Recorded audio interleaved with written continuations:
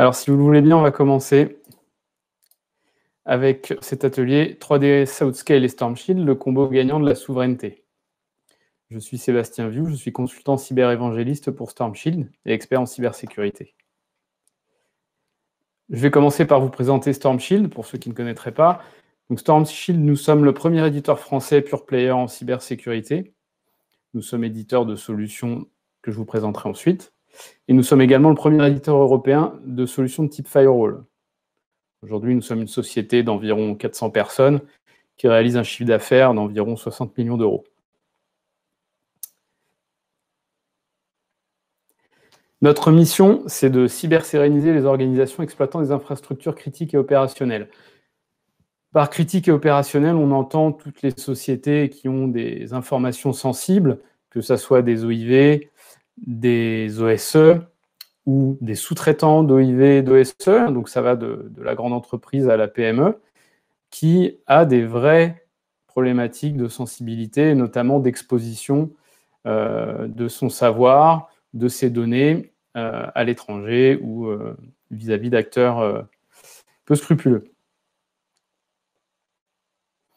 Nous avons une offre de sécurité complète qui va du réseau à l'applicatif, avec la gamme de pare-feu Network Security de nouvelle génération, avec la gamme Endpoint Security de protection avancée des postes et serveurs, la gamme Data Security qui va servir au chiffrement de bout en bout des données, quel que soit le device, et évidemment compatible avec les solutions cloud, et la gamme Industrial Security qui vise à protéger les infrastructures industrielles et opérationnelles. On entend industriel et opérationnel, ça peut être une usine, une fabrique de médicaments, ça peut être un hôpital, ça peut être un IRM ou une éolienne ou un train.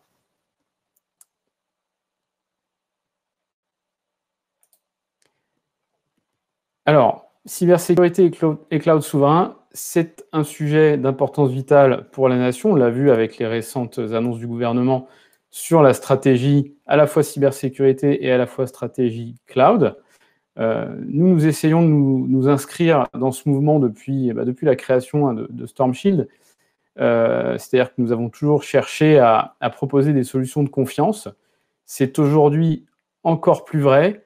On le voit d'une part avec les affaires d'espionnage entre États, hein, qui sont d'ailleurs revenues sur le tapis très récemment, avec la NSA qui aurait espionné via la Suisse et qui aurait également espionné via le Danemark, mais pas que, également de la confiance pour protéger d'acteurs du cybercrime, d'organisations cybercriminelles qui sont de plus en plus puissantes, de plus en plus dangereuses, hein, et qui peuvent mettre à mal nos infrastructures, notre souveraineté et le fonctionnement même de la nation. Donc nous, notre mission, c'est bien de s'inscrire dans cet axe.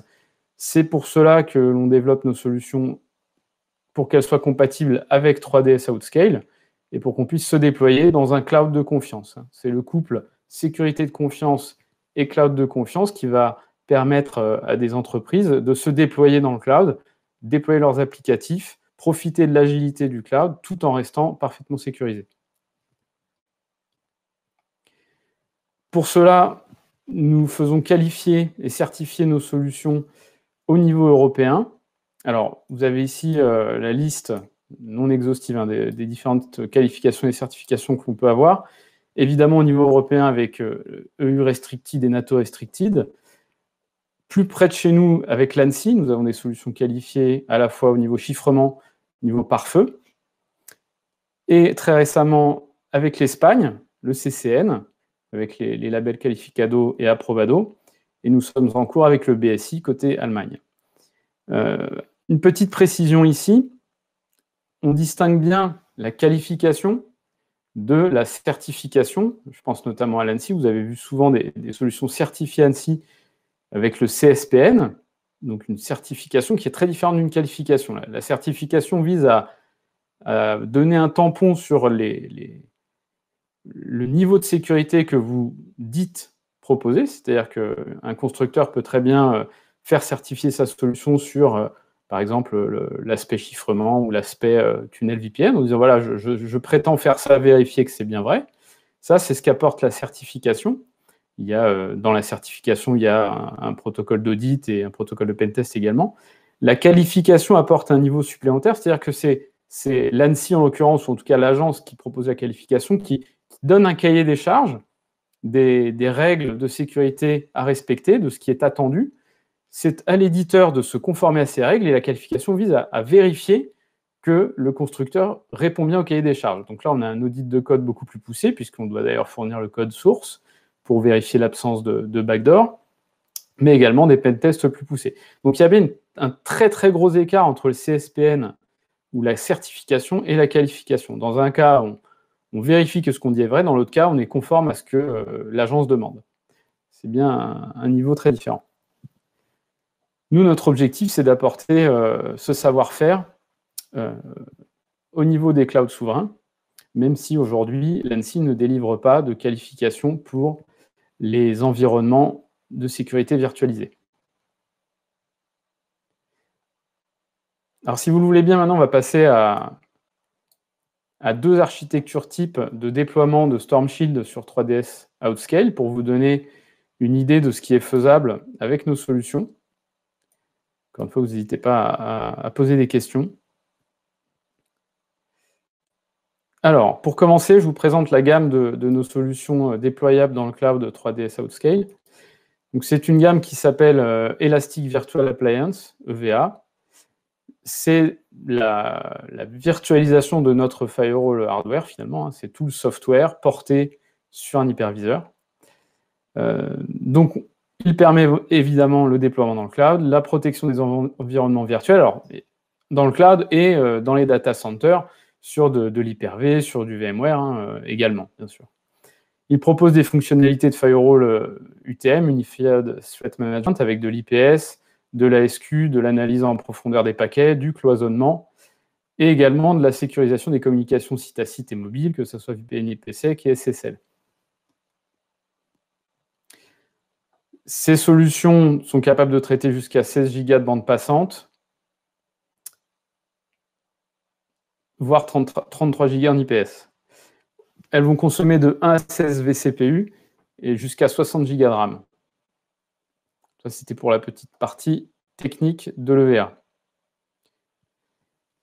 Le premier déploiement type que l'on envisage et qu'on réalise, hein, de toute façon déjà sur des clouds privés ou publics, c'est le cloisonnement IaaS. Donc, dans le cas présent, on a Internet à gauche et 2 VPC avec des services et des applicatifs de niveaux de sensibilité différentes. On a représenté volontairement, on pourrait imaginer une sensibilité confidentielle et une autre moins confidentielle ou plus publique, hein, par exemple. Ça reste, ce n'est qu'un exemple. On va sécuriser à la fois le frontal entre ces VPC et Internet.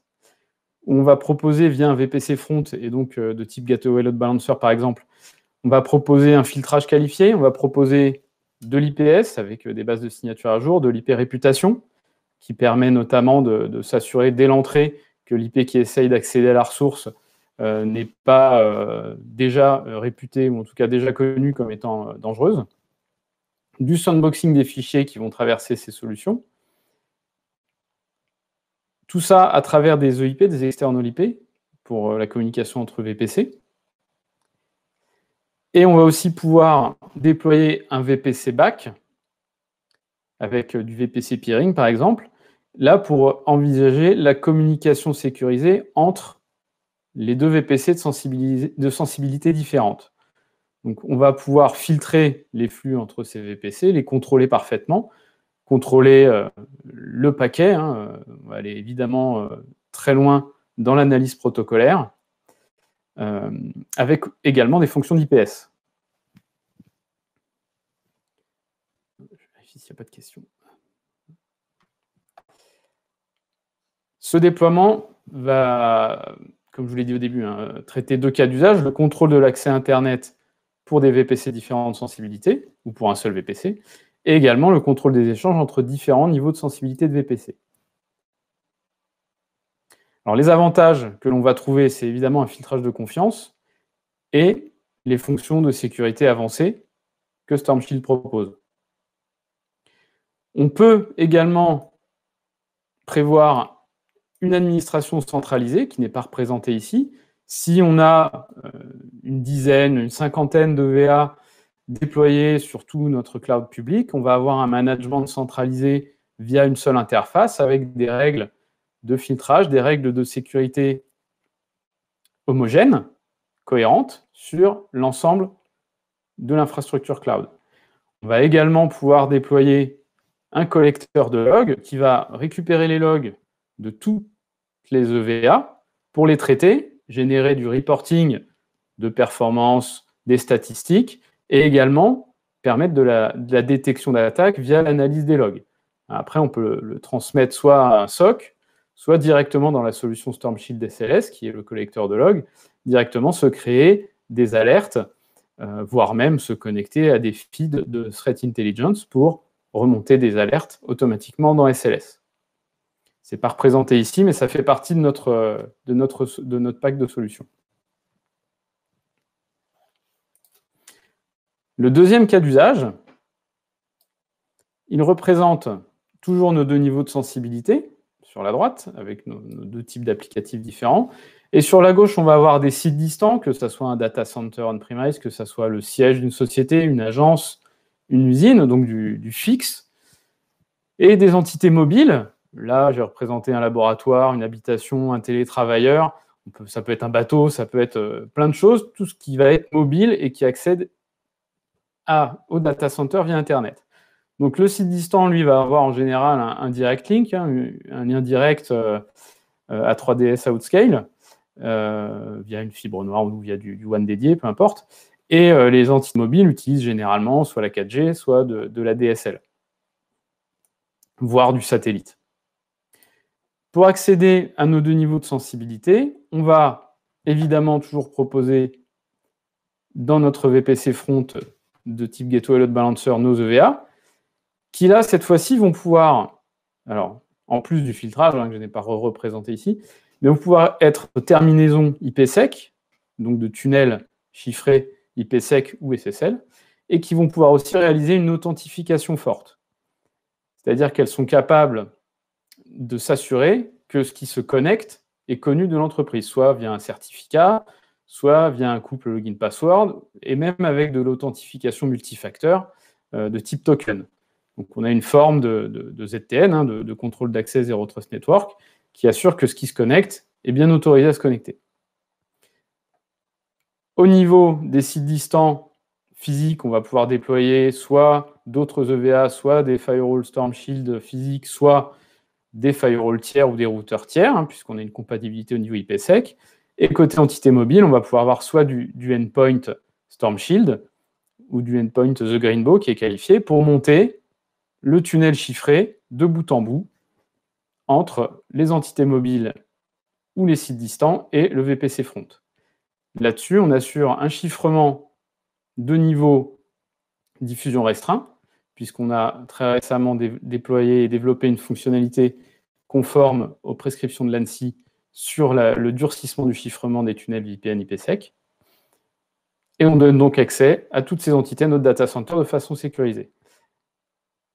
Alors, le cas d'usage qui est évoqué ici, on a bien un chiffrement DR, niveau DR des liens de peering dédiés. Le direct link étant un lien dédié mais non chiffré, donc on peut très bien s'amuser à le sniffer, c'est déjà arrivé, sniffer les liens directs. On a une fonctionnalité de SD-WAN mixant le lien VPN en dur et le local breakout. Ce n'est pas représenté ici, mais sur les sites distants, on peut très bien imaginer avoir des firewall Storm Shield qui répartissent la charge entre plusieurs liens et qui font un local breakout pour les accès Internet simples. Et évidemment, on a une connexion d'entité mobile et sans lien direct peering. Les avantages, c'est qu'on a un chiffrement de bout en bout IPsec DR et qu'on a la flexibilité et l'adaptabilité de la sécurité liée au cloud 3DS Outscale. Donc on profite de l'avantage des clouds tout en assurant une sécurité de très haut niveau. Voilà pour les deux cas d'usage type que l'on peut déployer sur 3DS Outscale avec les solutions Storm Shield. Et j'avais prévu 5 minutes de questions-réponses pour discuter de ces cas d'usage avec vous.